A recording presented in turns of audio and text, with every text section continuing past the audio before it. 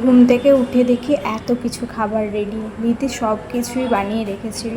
আমরা গেছিলাম একটু ঘুরতে, এসে দেখি সব কিছু রেডি।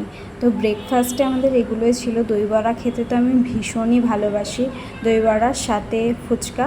তো ফুচকাটা একটু বানিয়ে নিলাম আর দই ফুচকা বানাচ্ছিলাম। খেতে কিন্তু খুবই ভালো হয়েছিল। আর আজকে গেছিলাম একটু বাইরে, সেখানে তো একটা বিপদ ঘটিয়ে এসেছে। তো যাই হোক, ওটা নয়তো পরের দিন তোমাদের সাথে শেয়ার করব। মনটাও একটু খারাপ হয়ে গেছিলো। তারপর আমরা গেছিলাম শ্রীরামপুরের অ্যালকপ ত্রিবেণী মল।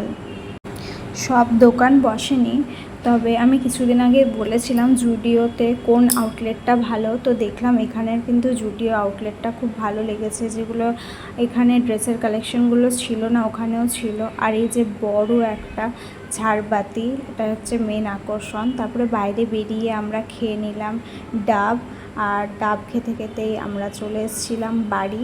তো এই পর্যন্তই। দেখা হচ্ছে আবার তোমাদের সাথে একটা নেক্সট ভিডিওতে। ভালো থেকো, সুস্থ থেকো। আর তোমরা কীরকম টাইপের ব্লগ দেখতে চাও বলো।